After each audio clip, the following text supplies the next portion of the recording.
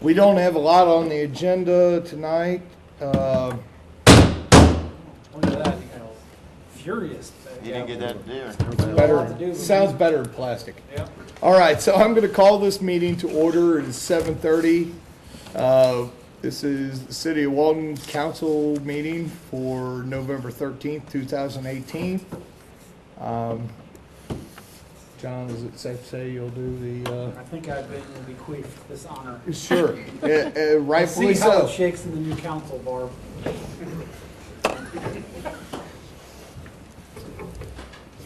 Dear Lord, thank you for bringing us all together tonight safely, and we ask for your blessing for all the people of our wonderful community. Help us make the right decisions that allow us to continue to be a great place to live. Let us pray for all the firefighters and police officers that protect our families and friends, ensure that we are safe. Today, Lord, please pray for all newly elected officials in the city, school, county, state, and nationally, that you will guide them to make the right choices for the betterment of our community and country. We pray for this in your name. Amen. Amen. I pledge allegiance to the flag of the United States of America and to the republic for which it stands, one nation, under God, indivisible, with liberty and justice for all.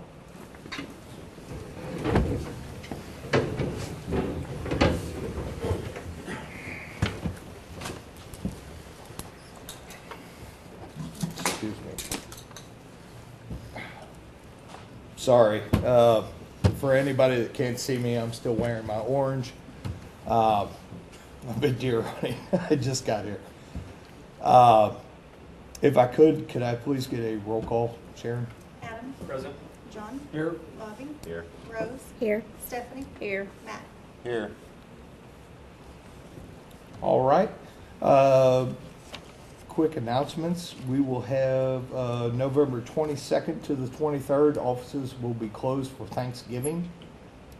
December 7th will be Christmas on Main from 6 to 8 p.m. December 24th to 25th, the offices will be closed for Christmas. January 1st, offices are closed for New Year's Day. If I could, council, could I get an approval of the agenda? Motion. Second, who?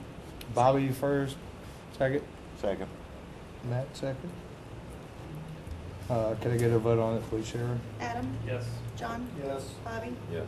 Rose. Yes. Stephanie. Yes. Matt. Yes. Okay. And if I could I get an approval of the previous minutes from October 19th? Motion. Second. Or October 9th, I'm sorry. Adam. Yes. John. Yes. Bobby. Yes. Rose. Yes. Stephanie. Yes. Matt. Yes.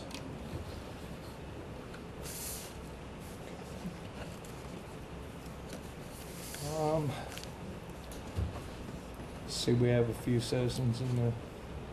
Dan, would you like to speak? Barb? Dr. Cedar? Ms. Cedar? Bobby's kids. Bobby's kids?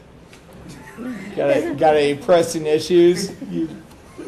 Oh, you embarrassed them. All right, we will go ahead. The fire department will not be here tonight. Code enforcement officer. Actually, congratulations to our code enforcement officer, Brent Caldwell. We should now refer to him as Mayor Caldwell. He is officially the mayor of Glencoe. He will continue to be our code enforcement officer. Congratulations to him. Next is an executive order. You skip Matt. Uh, I can sleep if you want. No, oh, no, that's fine. I'm sorry, Matt. Go ahead. No, I'm sure you've got actually some important stuff for us. I know you do, actually. Thank you. My apologies. Thank you.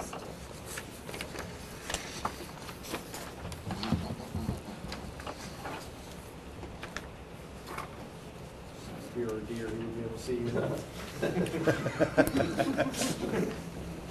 Thank you, Mayor. First item, and I think this actually came in the day after the previous meeting in October, but we got comments back from Norfolk Southern on the bridge. They accepted all of our other revisions to this point, but one of the other items that seemed like it'd been a suggestion up until this point, that it seemed like they're maybe trying to force the issue a little bit more. They said that they want both of the bridge abutments and footers to be removed and replaced before we can construct the new bridge. And they said that it was to correct poor drainage through the area. In the previous comments, all that they said was that we need to verify that the piers, the micropiles from the new bridge would be behind those abutments, but kind of took more of a strongly encourage you to replace them type of wording in the latest set of comments. We talked to Civil Solutions Associates, our geotech on the project, and asked them to get us some cost estimates for a couple different options. They said that they could do like a ready rock wall, which would be like a precast concrete block wall, or drilled shafts. And each one's got trade-offs as far as expense and ease of construction. They're still working on that though. And when I get those numbers in, can run them by you guys to decide on it. I'll go back to the state and see if we can get an increase in the grant money, anything that they can do to help to make up for that. One bright side is if we are rebuilding those abutment walls, we would not have to do the micropile footers for the bridge anymore, which means less expense there so we could transfer some of that cost to the abutment walls. I think Mayor Brown has also been trying to reach out to the railroad to see if they would be willing to sit down with us and talk through this, if there's any negotiating that can be done. I don't know. Based on how tough they've been to track down in the past, I don't know how willing they're going to be to sit down and discuss it. Matt, are you still on High Street? Yeah. Just so everybody knows, I have been trying to contact them. They are, in fact, very difficult to get a hold of. I don't think that we're really their biggest concern, is what I've at least gathered from it. If I can get somebody that is willing to make a meeting, I will. In fact, as I've told you, I may, regardless of where they want us to have the meeting, try to do something. It seems to me like they're trying to pass their drainage issues onto us when at the 60%, they were in agreement with it. Now they've changed it. I know my council kind of, at least I think they do, has an idea that we've spent a lot of money on this project so far, and we want to see it through. But this kind of feels like they're kind of sticking it to us. So I just want to get that on the record. I'll let you continue. Sure.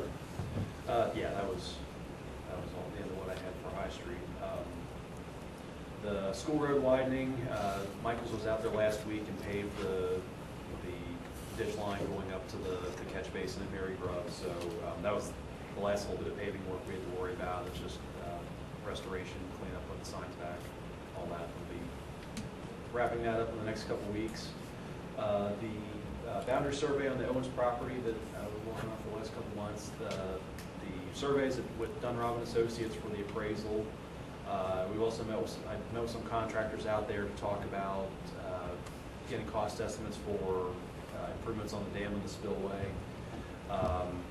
One of the quotes I couldn't get anything back. I was having some trouble following up with them, but the other number I got was between $5,000 and $6,500 to do chemical grouting and crack sealing on the spillway, and probably another $6,000 just to do some cleanup on the dam, just remove some of the brush that's growing, just seed and straw, get it dressed up a little bit better.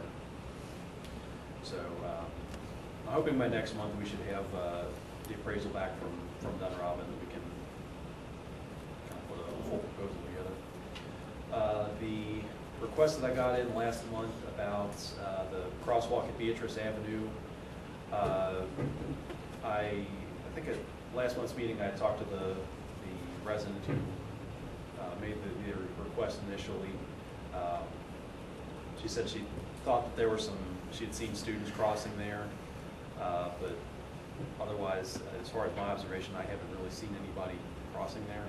So I don't know what you guys have seen in your experience, but I don't know how much of a demand there is for it there. I did put together some cost estimates though, and just kind of broke it out by sections. That's the second page of the report. If we wanted to just do from Mary Grubbs to the first school entrance, it would be about $8,600 for sidewalk and ADA ramps. If the city decides to go farther than that and just make a full project of it and do sidewalks all the way between Mary Grubbs and Needmore, that comes out to $27,700.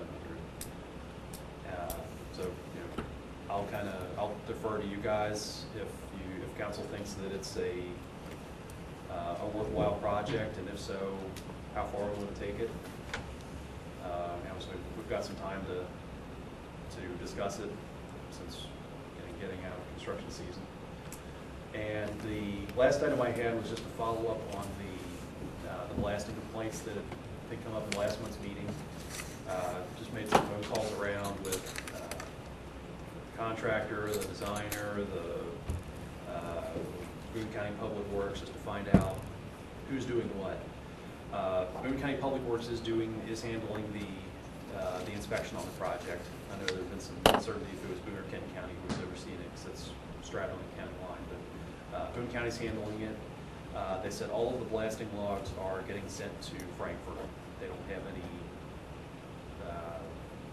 any oversight on that, just because if there's anybody that's really qualified to do that at the county. So they were aware that there had been some concerns, some residents who called them about it too.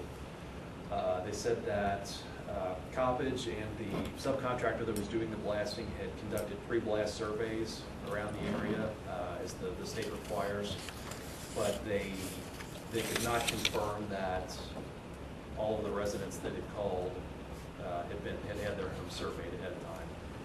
If they did just the bare minimum, I think it's a 400-foot radius around the project,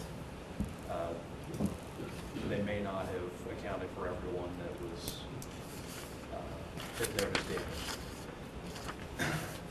So is that 400 feet from the blast site or the property line? I think it's the property line. I read it as the blast site, Matt, when I read the blasting documents for Frankfurt, that's 63 I did pages. not, I had it printed out and I did not bring it. Yeah, I read it as, that's when I sent it, it doesn't, the state regulations based on on what they're blasting and how much they're using, gives them a foot amount of feet they have to go out from the blast site, not from the property line, from my understanding. But I'm not a blasting expert, I was a novice trying to read a blasting document, and that's not fun bedtime reading. Actually, it is, especially right Yeah, before I can tell you, I was out. Yeah, I didn't I had to get wake too up much and read of the it. other 30 pages the next day. So yeah, it's It's way not. I've read it. It's not fun pre-meeting reading either. Like trying to cram it in. Like I felt like I was in college again, trying to Yeah, go through this. Matt and most of the and Mike were documents very about helpful. like what type of fuses. I mean, it's not really a whole lot of Yeah. sizing, right? It talks about there's like maybe 2 or 3 specific pages that talk in that realm, but they're not super specific. But yeah, my estimate, just based on where they're blasting to where the houses are, they didn't have to do very many house inspections. That's what I was thinking. Yeah, I understood it was a max of 750 foot, and there was. Excuse me. I'm sorry. I'll make the camera guy. Okay.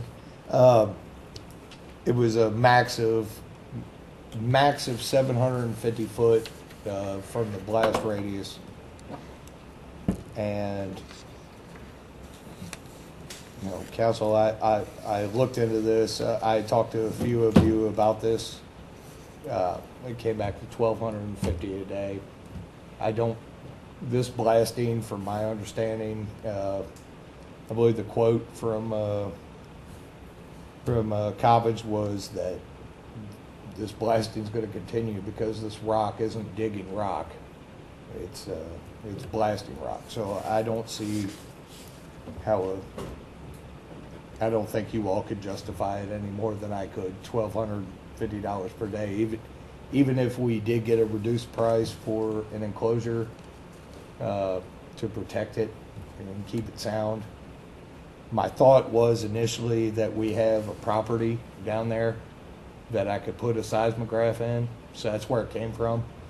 But I don't see how we could sustain $1,250 a day, or even $800 a day throughout the blasting process of this, when the records are handily available at Frankfurt, or should be. Where do you, have you looked at the records at all? Have you seen them? I have not. Full disclosure, I have not. But they are available through Kentucky Natural Resources Blasting Division. Since it is in Frankfurt, it's probably something that is subject to open records request. Oh, it's absolutely. It is. It's 100% open to open request. And when I talked to Terracon, the same consultant that gave me the quote for the seismograph, they said if we can get those blasting logs in and we want somebody to take a look at them and verify that everything is on the up and up, that they would be willing to do that, and that would probably be way more cost effective than putting the monitor out there. Matt, just if you could humor me, how much would a seismograph cost the city of Walton to purchase? Is this talking like, Actually, I think they said $10,000. well, it's better than if you're talking 5 years of blasting, that's at $1,250 a day.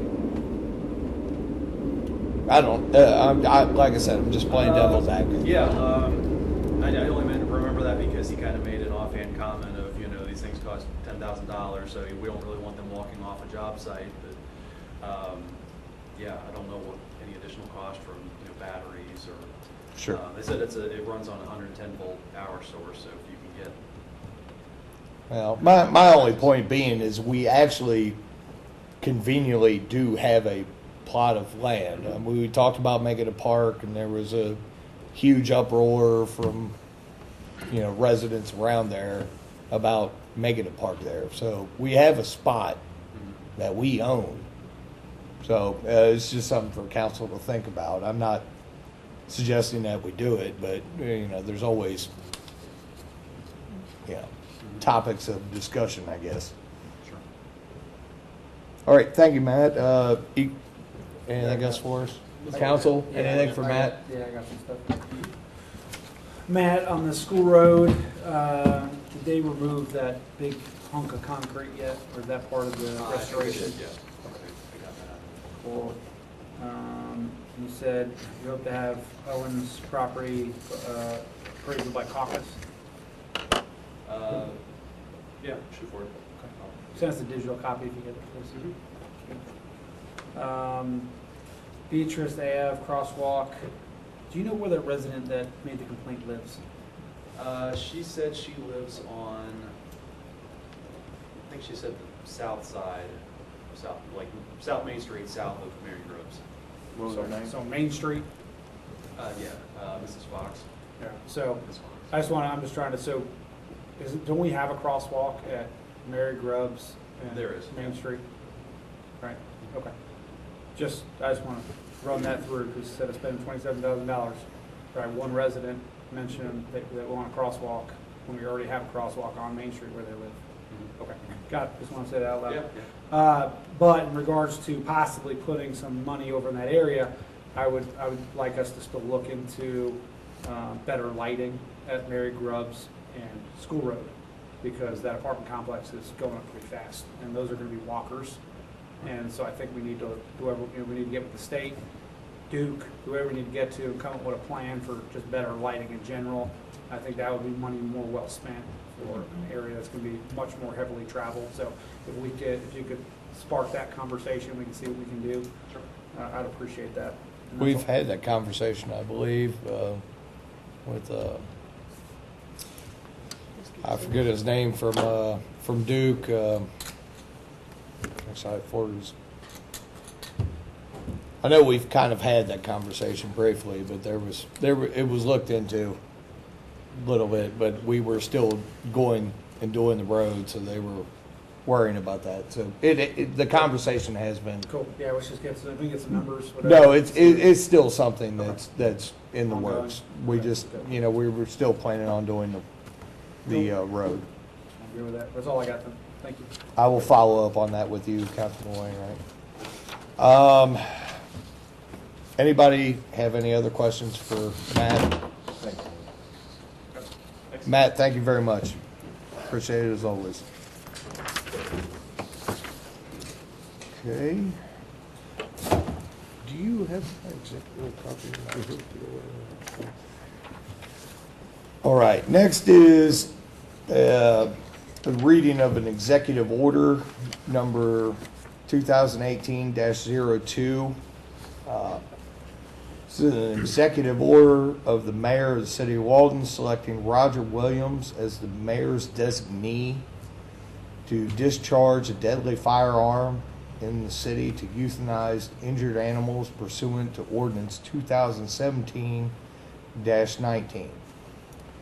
Whereas the city of Walton has adopted ordinance 2017-19, which authorizes the mayor to designate someone to discharge a deadly firearm in the city to euthanize an injured animal, and whereas Mayor Brown does hereby wish to select Roger Williams as his designee under ordinance 2017-19,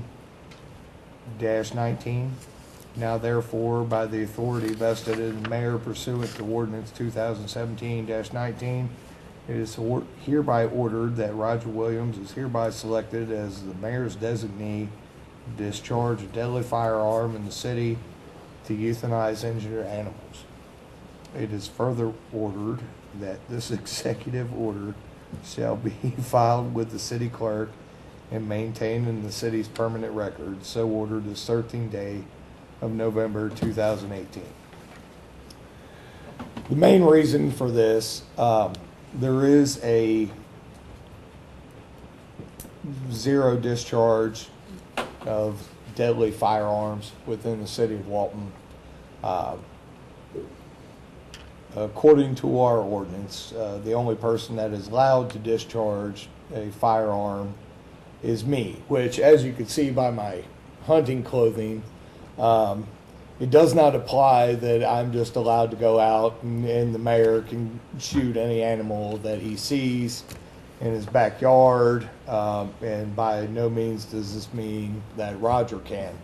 But it is November. Deer are chasing their mates for the year, so on occasion, you're going to see this is the peak of when you're going to see animals struck by vehicles.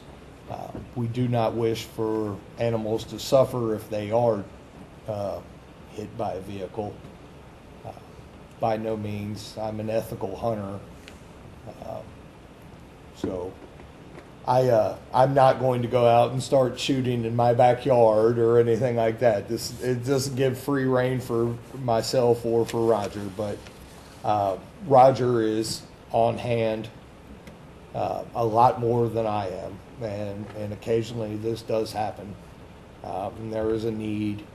The Boone County Sheriff's Department can also do this, so this is the reason for this. The ordinance states that I or my designee are allowed to euthanize an injured animal with a deadly firearm Being as Roger is here, sometimes anywhere between 40 to 60 hours a week, depending. And I trust him with a firearm. That's the reason for this executive order. So, other than that, that is it on that. Any council questions or comments on the executive order? Aaron? Jade, is he gonna be carrying all the time, or expecting to be carrying all the time? Or have you guys talked about that part of it all? How can I word this, Dan? All right, I just figured it out. Careful. I do not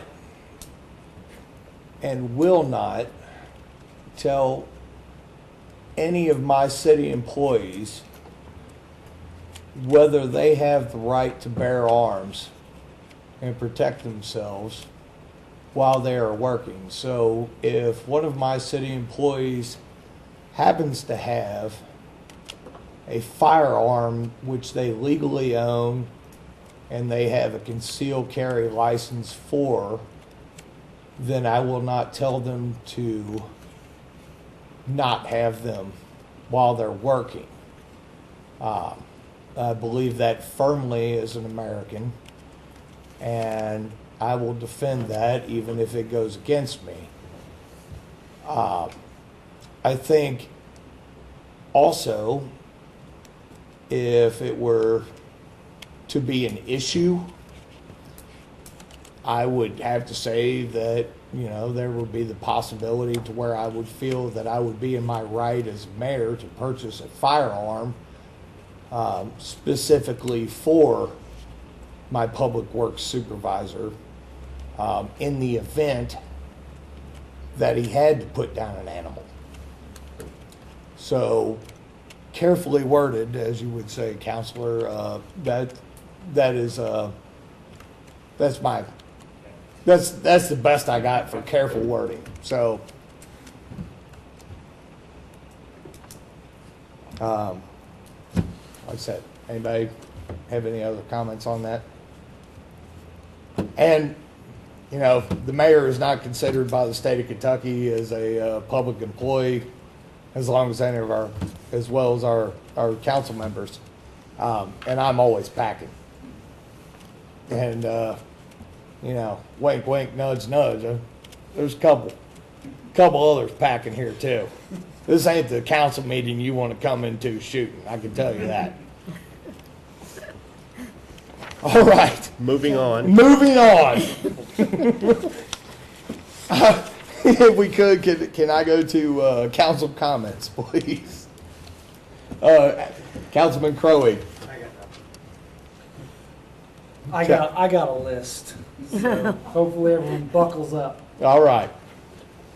I'm going to turn my mic off. Okay. We'll start with just normal stuff. I want to congratulate everyone that ran, whether or not you got elected or not. Thank you.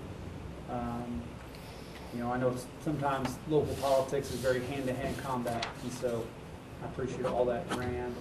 I appreciate Adam's service as an employee council member. He's been extremely professional and easy to work with, and I wish him well, and hopefully he runs in the future. I want to thank Gabe. I don't fall out of your chair, Gabe. I know that was and all those that helped support the Veterans Day event. It was a great event. I think it was awesome. And so overall, I think you did a great job, and I appreciate that. I want to send condolences to Mark McDonald's family on his passing. I know his civil service was short-lived as serving on code enforcement, but